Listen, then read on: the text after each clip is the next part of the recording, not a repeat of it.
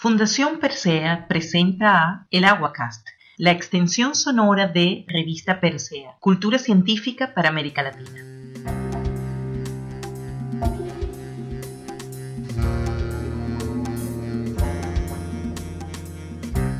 Hola y bienvenidos al Aguacast, el podcast de la revista Persea, en el que hablamos de ciencia por y para América Latina.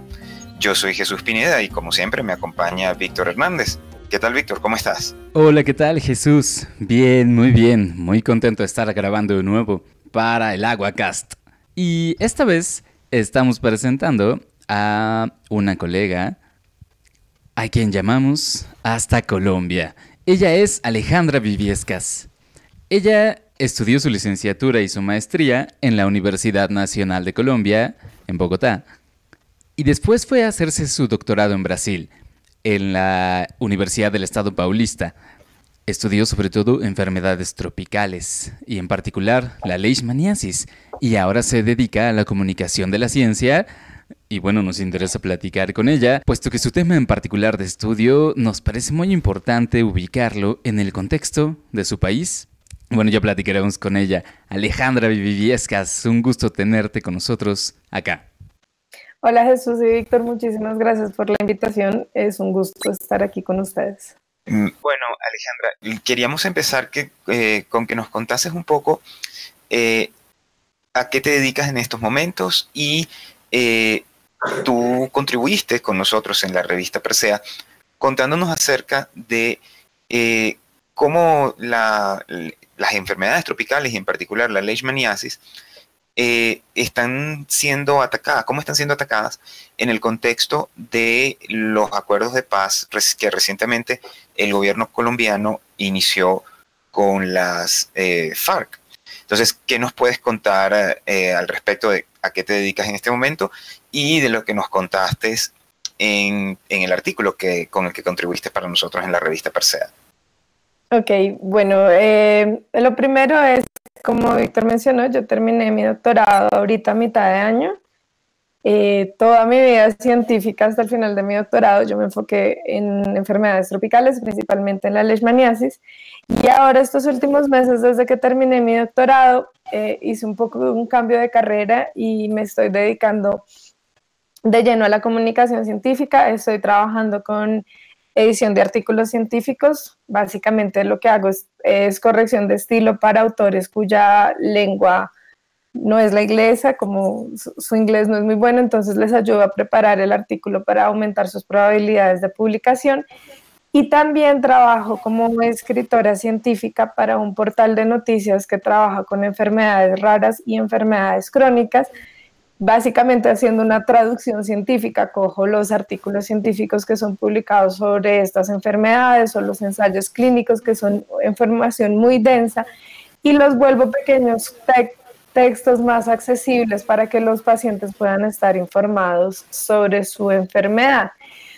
Y ahora, pues ya hablando un poco más del artículo que escribí para Persea, era básicamente una forma, era un artículo que yo había querido escribir hace mucho tiempo, aunque no fuera específicamente mi tema de investigación, que es como un poco todo el contexto social que hay detrás, específicamente de la leishmaniasis, pero en general de las enfermedades tropicales, en un país como Colombia que estuvo en conflicto por tanto tiempo. Entonces, digamos un poco de mi historia académica, yo siempre trabajé con leishmaniasis, principalmente la biología celular y la genética de este organismo, viendo los mecanismos de adaptación y los mecanismos de evasión al sistema inmune que él tiene. Entonces es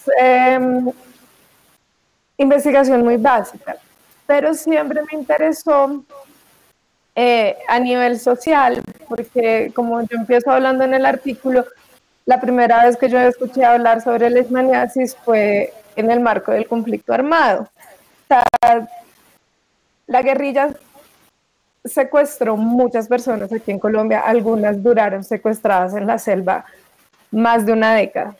Y cuando ya se empezó a llegar al fin del conflicto, ellos empezaron a hacer, hubo intercambios humanitarios en los que ellos liberaban secuestrados para que les liberaran presos guerrilleros, y también ya al final del conflicto, cuando ellas ya estaban buscando más una aproximación al diálogo, las FARC empezó a liberar secuestrados unilateralmente, como un acto de buena voluntad, si se puede decir así, pues, cuando claramente lo mínimo era liberarlos.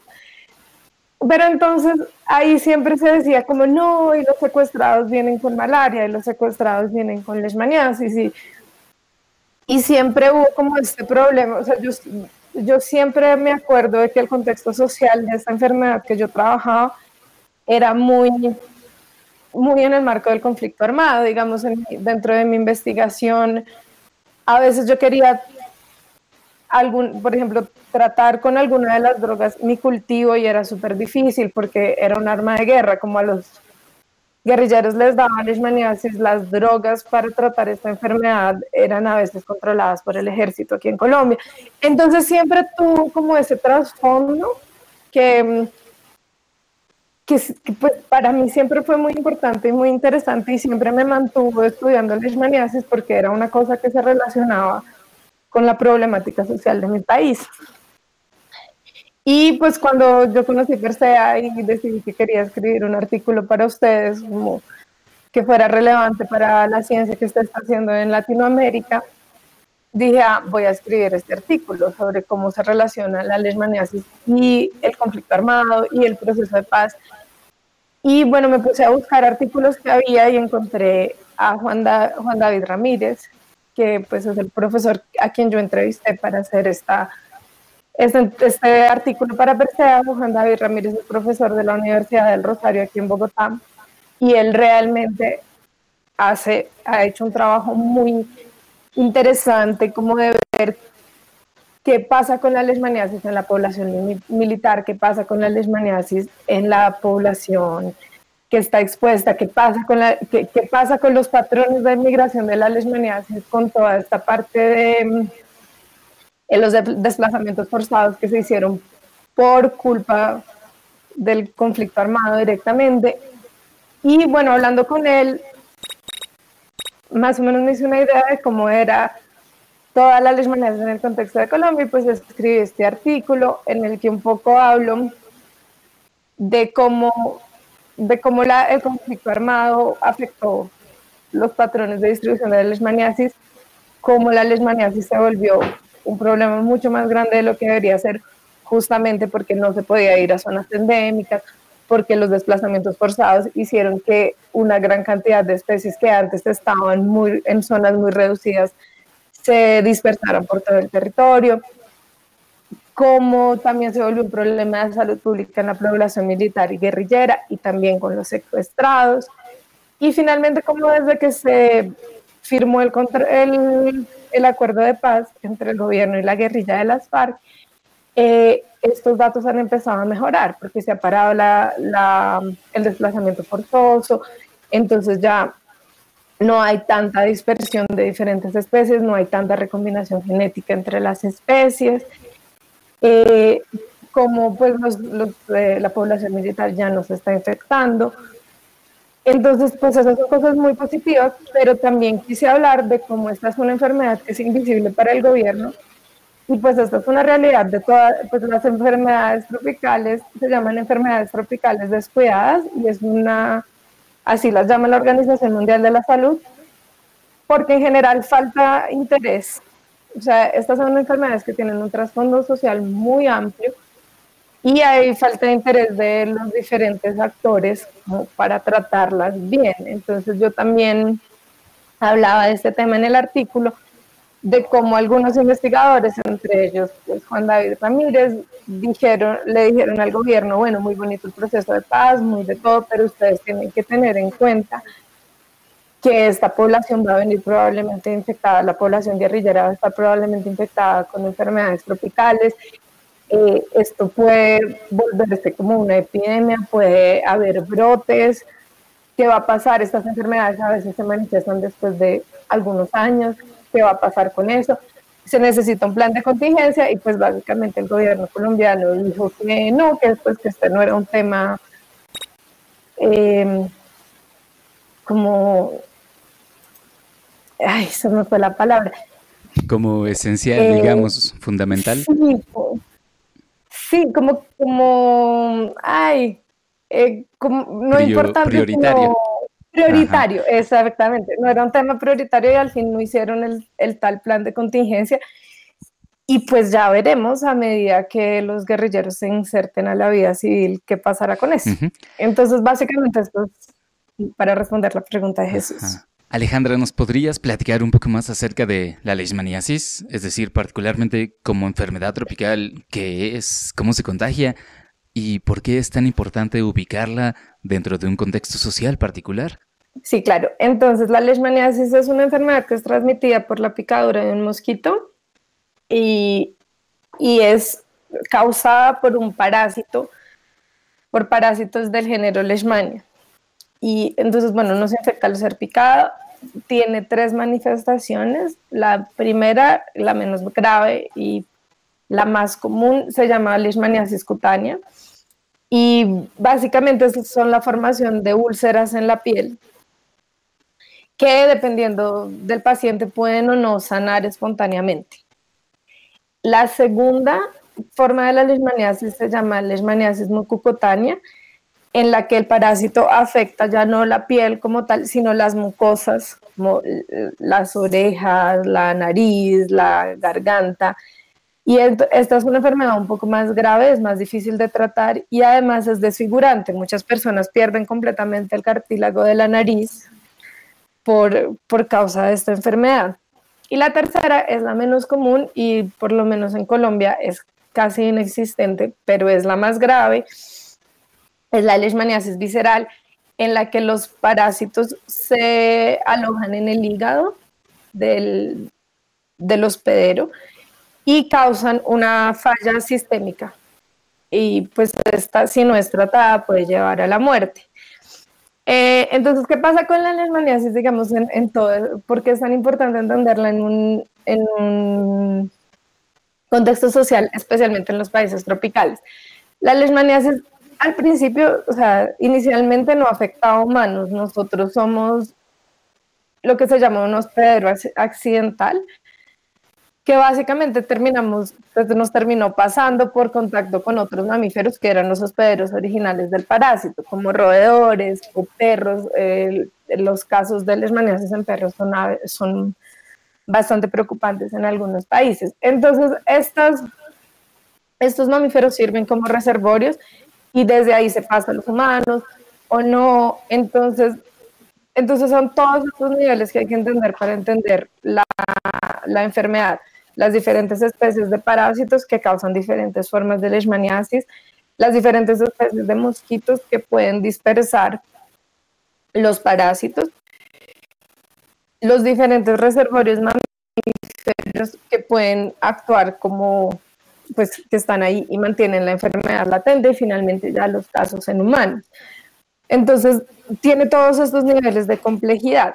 Digamos, la mejor forma de controlar una enfermedad transmitida por vector, y con esto me refiero no solamente a la leishmaniasis, sino a la malaria, a el mal de Chagas, la fiebre amarilla, en general lo que se hace es tratar de que el mosquito no lo pique a uno, o sea, tener como unas ciertas condiciones en las que uno no esté tan expuesto a los mosquitos. Entonces, digamos, aquí en Bogotá estamos a una altura de 2.600 metros, donde el vector de la leishmaniasis no puede sobrevivir. Consecuentemente, pues no hay casi ningún caso reportado en Bogotá, y los casos que son reportados son de personas, pues, que viajaron a zonas más bajas donde fueron picadas. Y otra forma son las condiciones de salubridad de la vivienda. O sea, si uno vive en una vivienda con buenas condiciones de salubridad, que no tiene agua posada, que no está tan expuesta, que no queda tan en la selva, pues uno no es picado todo el tiempo por vectores de estas enfermedades tropicales. Y ahí viene como toda esa parte social. Por lo general, las personas que se infectan con enfermedades tropicales son personas pobres que tienen que vivir en unas condiciones más o menos precarias. Entonces, por eso también a veces se vuelven invisibles estas enfermedades, pues porque les pasan a poblaciones un poco marginadas, que viven en zonas rurales, lejos de centros centros de control. Esto también aumenta el problema porque son personas que no tienen costumbre de ir a un médico cuando aparecen los primeros síntomas. Entonces, cuando las enfermedades se encuentran ya están altamente avanzadas y han pasado años, durante años esas personas han servido como reservorios, han causado probablemente la infección de sus familiares con los que viven, de su comunidad, han aumentado el problema de salud pública. Entonces, esos son todos esos componentes sociales que se vuelven, como que hacen estas enfermedades tan complicadas. Y de nuevo, insisto, esto no pasa solo con la leishmaniasis, sino con otras muchas enfermedades tropicales que son transmitidas por vector. Y digamos, en el caso específico de los conflictos, esto es una cosa que se ha visto no solamente en Colombia, sino también hay datos en Siria, y es que en situación de conflicto las condiciones de vivienda de las personas se vuelven, pues empeoran bastantes, porque se crean todas estas situaciones de hacinamiento por los refugiados. Entonces es mucho más fácil que una persona contagie a otras porque las personas están viviendo mucho más cerca las unas de las otras, las condiciones son malas y finalmente los conflictos armados causan causan grandes migraciones de personas al mismo tiempo, lo que hace que si en una ciudad, por ejemplo, solo había una cepa del parásito, o sea, una cepa es como una variante genética del parásito, y de repente una gran población migra a otra ciudad, probablemente esa población está llevando sus parásitos juntos. Y una cosa que pasa con estas enfermedades tropicales es que ellos logran juntarse y recombinarse, y las cepas recombinantes son más peligrosas, tienen mayor ocurrencia de resistencia a diferentes medicamentos. Y otra cosa es que se empiezan a dar casos de coinfección, porque entonces si en una zona solo había, por ejemplo, Leishmania brasiliensis, que pues es una de las leishmanias de las especies de leishmanias más importantes, y se va a una zona endémica para Leishmania panamensis, que es otra especie, empieza a haber personas que están expuestas a los dos parásitos, pueden ser coinfectadas por los dos parásitos al mismo tiempo, y entonces los cuadros de esta enfermedad en casos de coinfección son mucho más complejos porque las diferentes especies son susceptibles a diferentes drogas, entonces el tratamiento se empieza a volver más complejo y más caro. Y finalmente, para cerrar en este tema del tratamiento, uno de los grandes problemas con la leishmaniasis es que en las últimas décadas el tema de tratamientos ha avanzado muy poco o casi nada. Y las drogas que se usan para tratar la leishmaniasis hoy en día son drogas muy tóxicas, son metales pesados que son tóxicos para el hígado, para los riñones, para el corazón. Entonces hay casos en los que el paciente ya está muy avanzado y se empieza a hacer el tratamiento para acabar con la leishmaniasis y termina empeorando la condición del paciente. Hay casos de niños que mueren justamente por el tratamiento, lo cual es grave en todo sentido, pero especialmente si uno piensa que la leishmaniasis cutánea pues no mata. Entonces uno llevar a su hijo que tiene una úlcera en la piel a que le hagan un tratamiento que lo termina matando, pues termina literalmente siendo peor el remedio que la enfermedad. Sí, es algo genuinamente trágico. Sí. Y obviamente eso afecta la voluntad de las personas para buscar tratamiento. Y como mencionabas antes, Alejandra, nos estabas contando precisamente acerca de el contexto social de estas enfermedades tropicales y queríamos preguntarte que no solamente hablabas de la leishmaniasis, sino también de enfermedades como la malaria o el mal de Chagas, y a todas ellas las englobabas en un conjunto con un nombre que es particular, que son las enfermedades olvidadas, las enfermedades tropicales olvidadas.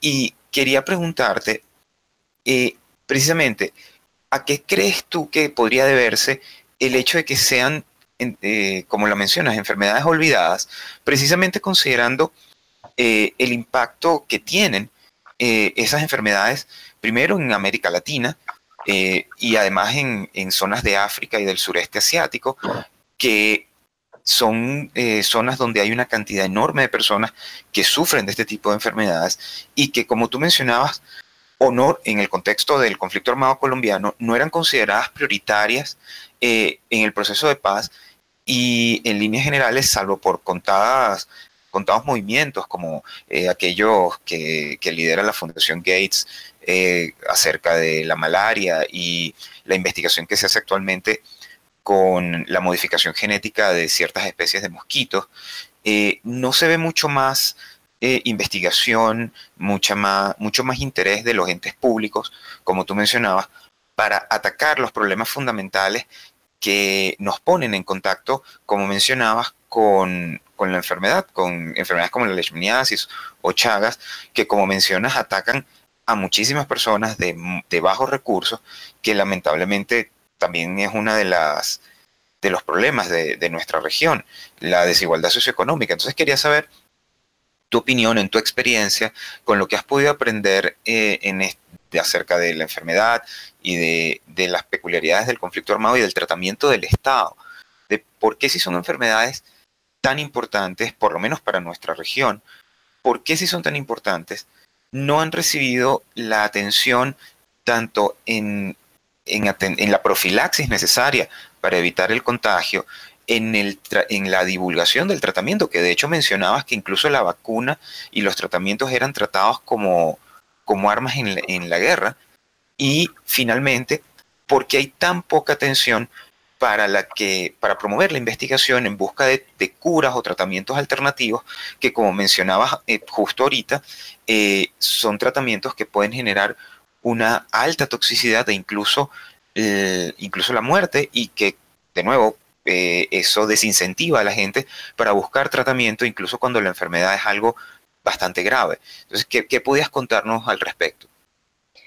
Ok, pues de nuevo, esto es una cosa que es muy compleja. Lo primero que a mí me parece muy importante igual dejar como claro es que el panorama de las enfermedades tropicales descuidadas sí ha mejorado mucho en las últimas décadas.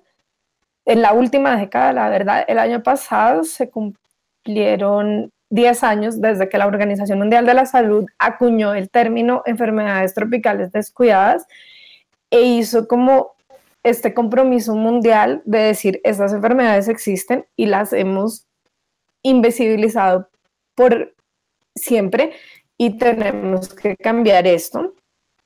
Entonces, desde que se creó este programa para las enfermedades, la situación sí ha mejorado mucho en los diferentes países, porque la Organización Mundial de la Salud creó bastantes alianzas en las diferentes regiones en las que se crearon como compromisos por parte de los gobiernos. Se logró que algunas biofarmacéuticas donaran las drogas para tratar estas enfermedades. Entonces, digamos, a mí me parece que no está tan rápido como se debería, pero el panorama sí está mejorando. Y como todo, digamos, hablando de enfermedades tropicales descuidadas, hay todo tipo, digamos, estas son muchas, son más de 20 enfermedades. Entonces, hay unas que ya se tiene el tratamiento. Hay tratamientos que cuestan menos de como centavos de dólar la dosis y pueden tratar varias. Hay otras, por ejemplo, en las que se necesita más investigación, como que se pueden controlar, pero no se pueden tratar del todo. Y hay otras que realmente no se sabe porque son más complejas. Digamos que específicamente la leishmaniasis está en esas que son un poco más complejas de tratar. O sea, obviamente se necesita más investigación y hay investigaciones bellísimas que se están haciendo hoy en día sobre nuevas formas de tratar. Se han desarrollado drogas que son menos tóxicas, pero son más caras. Entonces no siempre están disponibles, pero digamos que la leishmaniasis dentro de las enfermedades tropicales yo sí creo que ya es un poco más compleja. Entonces no es tan fácil de tratar. Y sí se necesita más investigación y yo creo que no todos los esfuerzos se están haciendo. En parte yo creo que en el caso de la leishmaniasis y otras es porque muy pocos casos terminan en la muerte. Entonces eso hace pues como una enfermedad que causa una úlcera no se le da tanta importancia mediática, y pues eso es una lástima porque igual se vuelve altamente, como se vuelve un problema de salud pública, la parte que es desfigurante como la leishmaniasis mucocutánea es complicada porque afecta la posibilidad de trabajar y de relacionarse socialmente del paciente. Entonces, pero yo sí creo que la leishmaniasis en parte es invisibilizada porque no es letal. Ahora, una razón por la que estas enfermedades en general, todas las enfermedades tropicales, yo creo que se ha demorado tanto en ser tomadas en serio, es por el hecho de que normalmente afectan poblaciones que son de por sí invisibilizadas. O sea, invisibles. O sea, afectan poblaciones rurales que normalmente viven en áreas de difícil acceso, que es difícil que entren en censos gubernamentales, que es difícil que llegue una brigada de médicos a ver cómo hacer toda esa gestión. Igual todos estos esfuerzos sí se han empezado a hacer en el marco del manejo de enfermedades tropicales descuidadas. Y también, pues como tú mencionabas, Jesús, ellas aparecen en países muy desiguales socialmente, no solamente el caso de los países de América Latina, sino el caso de África y Asia. Son países donde las condiciones sociales son abismalmente diferentes entre la población rica y la población pobre. Y la única forma de realmente erradicar estas enfermedades, como yo decía, es mejorar las condiciones de vivienda, mejorar las condiciones de salubridad. Y pues esto requiere que se invierta mucho en acabar la brecha socioeconómica, que pues realmente tampoco es una prioridad de, por lo menos, el gobierno colombiano, así como yo lo veo en las últimas décadas. Entonces, digamos, falta por todo lado. Y mencionando en particular tu experiencia precisamente con Colombia, porque obviamente te toca personalmente porque es tu patria. ¿Por qué consideras tú, y fíjate que nos mencionabas hasta hace poco, que precisamente los tratamientos para la leishmaniasis en el conflicto armado en ocasiones eran usadas como armas en el conflicto? Y quería saber, partiendo de lo que acabas de mencionar, en tu opinión y en tu experiencia con lo que has aprendido acerca del tema, ¿por qué esa reticencia, esa resistencia del Estado colombiano a atacar el problema o a tratar de manejar promover las situaciones de profilaxis necesarias, las reglas de profilaxis necesarias para evitar el contagio de la leishmaniasis y que no sea un ingrediente adicional junto con, obviamente, el conflicto propiamente dicho, la violencia que genera, y además la larga cola de desplazados y de abusos de poder y de tanto de los grupos armados como de los entes gubernamentales? ¿Por qué en tu opinión no se ha considerado que el tratamiento de ese tipo de enfermedades sea prioridad, además de, como mencionabas, de que afectan normalmente a grupos de personas que, como mencionabas, lamentablemente han sido tradicionalmente invisibilizados y dejados de lado por la infraestructura del Estado? ¿Cuál es tu opinión con respecto a eso? Pues yo tengo como muchas opiniones. La primera es, en general, al gobierno colombiano digamos, él ha tenido una cierta tradición de colocar problemas debajo de la alfombra y no hacer justamente no visibilizarlos y decir como que si ellos dicen que no es un problema, pues no es un problema, a pesar de que pues obviamente eso no sea el caso. Especialmente las cosas que pasan en las regiones, como fuera de los grandes centros urbanos, en donde se concentra la mayor cantidad de la población colombiana. Entonces, pues esto es una cosa que el gobierno tiende a hacer. Y sí, ellos tienen como esa visión de más de apagar incendios que invertir en la prevención. Es una es una realidad un poco del gobierno colombiano. Entonces, a mí sí o sea, mi visión frente al gobierno colombiano es que no hay un entendimiento ni una buena voluntad de entender este tipo de asuntos, digamos. Y en particular con respecto al conflicto armado, como mencionabas, lo de utilizar este tipo de tratamientos como armas en el conflicto, ¿qué opinión o qué has podido aprender acerca de eso? Pues, a ver, digamos, esto es un poco un rumor. Vale. Yo no estoy del todo segura de que las Fuerzas Armadas en algún momento aceptaron que eso pasaba, pero uno se oía bastante que eso sucedía. Y yo creo lo que pasó en los 50 años de conflicto armado colombiano no es algo a lo que se le pueda escuchar, como buscar explicación porque no la había. Esto era una guerra en la que se rompieron todos los tratados humanitarios, en los que no hubo ningún tipo de como consideración por los derechos humanos, y pues yo creo que todo era válido para ellos con tal de ganar la guerra. Entonces, sí, pues, o sea, es muy triste, pero yo no le busco mucha explicación a todas las cosas horribles que sucedieron en el marco del conflicto armado. Entendido. Sí, un episodio muy, muy doloroso y triste de la historia colombiana. Y que las heridas todavía ahora están abiertas y están tratando de empezar a sanar.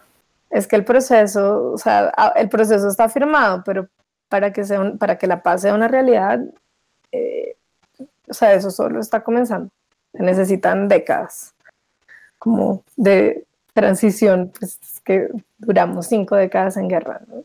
Sí, no, claro.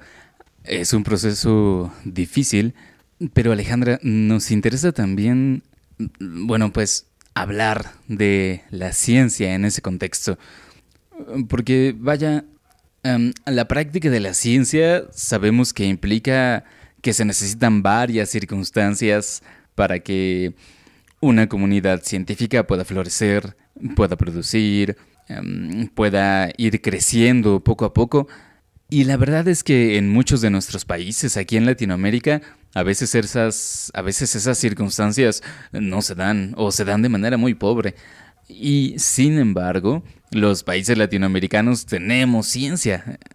Es lo que nos interesa promover aquí en Persea. A pesar de las circunstancias difíciles, tenemos comunidades científicas que se están esforzando para generar conocimiento y para estar creciendo constantemente. Entonces, ¿cómo ves tú las posibilidades de la comunidad científica en Colombia ahora que el proceso de paz está en marcha? Es decir, ¿qué consideras que puede aportar la ciencia en Colombia como para el crecimiento o el mejoramiento de las condiciones del país?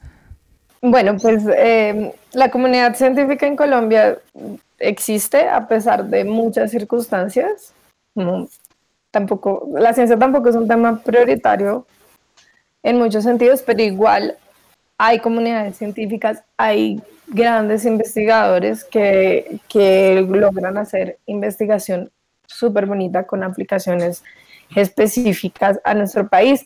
Está el caso de este profesor de la Universidad del Rosario que yo mencionaba, al que yo entrevisté para mi artículo de Persea. Esto es investigación hecha 100% en Colombia y 100% para Colombia.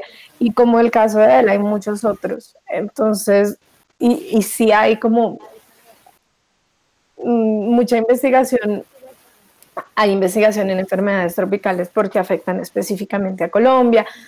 Hay otro tipo de investigaciones y realmente yo sí creo que el proceso de paz abre muchas posibilidades como para la ciencia y para todo tipo de desarrollo económico, porque hay un montón de regiones a las que ahora se puede empezar a ir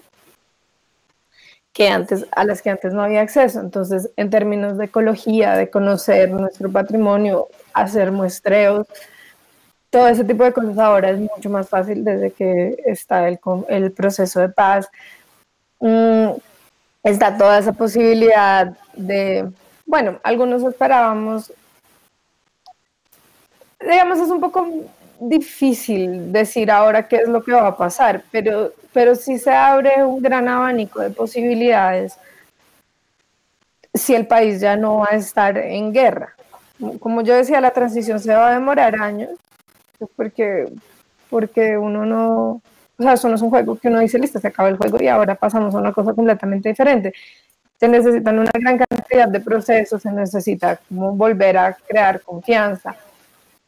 Pero yo sí creo que Colombia está en un momento en el que si sabe aprovechar las oportunidades, tiene la posibilidad de un gran crecimiento en todos los, como en todas las áreas, digamos, no solamente la científica, aunque la científica también. Oye, Alejandra, y ahora que te estás dedicando a la comunicación y la divulgación de la ciencia, ¿cómo percibes el escenario de la divulgación científica en Colombia? Yo, sí, a mí me gusta mucho como ver todas las nuevas iniciativas de divulgación científica que están surgiendo y todas las cosas que hoy en día las redes sociales permiten como hacer, llegar a una mayor audiencia. Y entonces yo sí me he dado cuenta de que hay un montón de iniciativas, como demostrar qué hacen los investigadores colombianos. Y incluso yo hago parte del equipo de otro podcast que básicamente muestra el trabajo de científicos colombianos aquí en Colombia y en el mundo.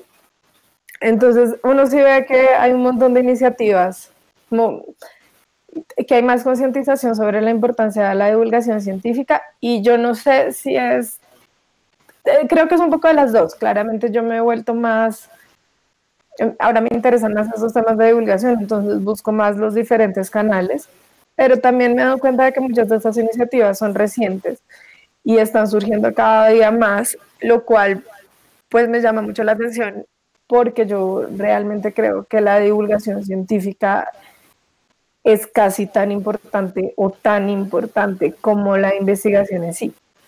O sea, sin una buena red de divulgación científica no sirve mucho. O sea, toda la investigación que se está haciendo en los laboratorios no llega a tener una aplicación y no llega a impactar a la sociedad, que es lo que se necesita. Entonces yo sí veo con muy buenos ojos todas estas nuevas iniciativas de divulgación científica que están surgiendo.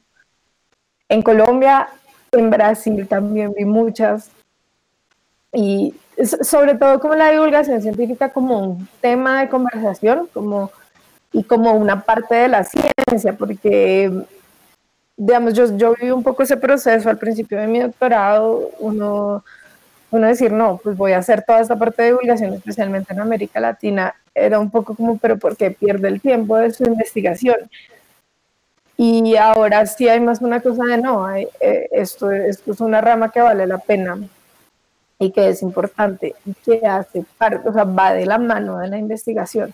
Y Alejandra, ahora que mencionas precisamente la divulgación y cómo ha cambiado desde tu punto de vista el ambiente para la divulgación científica para mejor, quería preguntarte, precisamente habiendo visto esa parte, que notas un poquitico más de apertura desde el punto de vista de la comunidad científica colombiana y del público en general para con la divulgación científica.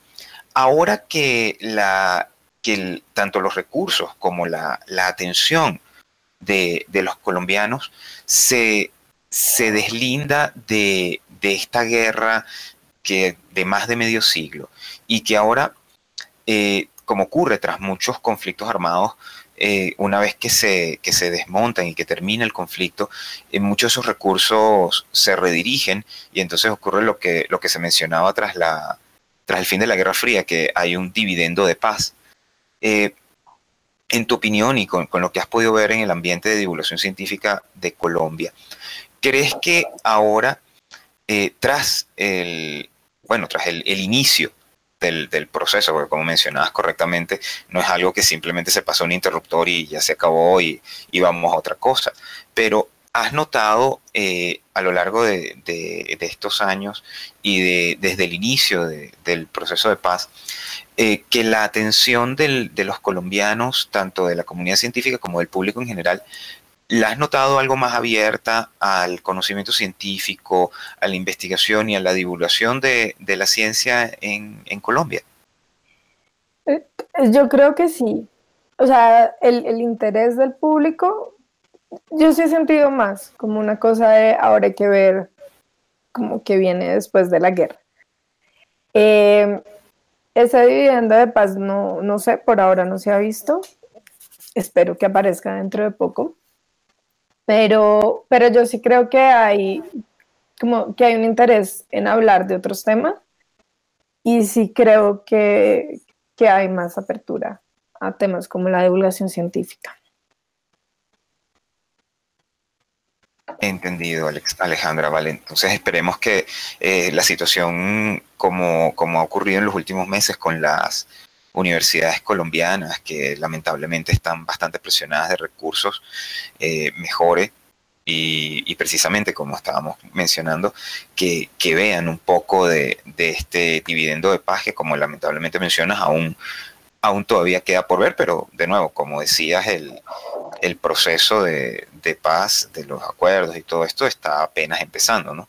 Y como todo proceso de este tipo naciente, pues tiene dificultades y va a tener, como mencionas, hay que ver cómo evoluciona. Sí. Realmente no hay mucho que se pueda predecir, ya el tiempo dirá. Muy bien, fantástico. Pues creo que aquí podemos ir cerrando, Alejandra. Muchísimas gracias. Y seguramente nos encantará recibirte de nuevo por si quieres platicarnos acerca de alguna otra investigación de Colombia que te haya parecido interesante o que hayas cubierto últimamente. Esta charla ha sido muy interesante también. Muchas gracias. No, muchas gracias a ustedes por la invitación. Sí, es muy interesante escuchar las perspectivas, especialmente que tienden, esa parte que normalmente tiende a olvidarse, porque en situaciones como el conflicto armado colombiano, pues obviamente los horrores de la guerra y la discusión política tienden a ser lo que llama más la atención y no está bien, es muy bueno no dejar de lado la ciencia y cómo la ciencia puede contribuir para bien y cómo puede abrir las puertas para un futuro muchísimo mejor tras un conflicto como este. Sí, eso es un hecho. O sea, yo realmente espero lo que decía, que ahora que no tenemos que estar hablando todo el tiempo de guerra, se abra la posibilidad a hablar de otros temas, lo cual sin duda alguna beneficiaría a Colombia. Y esperemos que así sea. De nuevo, muchísimas gracias, Alejandra, por compartir este tiempo con nosotros. No, muchísimas gracias a ustedes por la invitación. Y bueno, a nombre de Víctor Hernández, yo soy Jesús Pineda y esto fue el Aguacast, el podcast de la revista Persea. Pueden encontrar más información sobre este tema que discutimos con Alejandra y otros más en nuestra página web www.revistapersea.com y pueden ayudarnos en nuestra labor de divulgación científica por y para América Latina contribuyendo a nuestro Patreon en patreon.com/Persea Foundation. Muchísimas gracias. El Aguacast es una producción de Fundación Persea. Cultura científica para América Latina. Para América Latina. Para América Latina. Para América Latina. Para América Latina.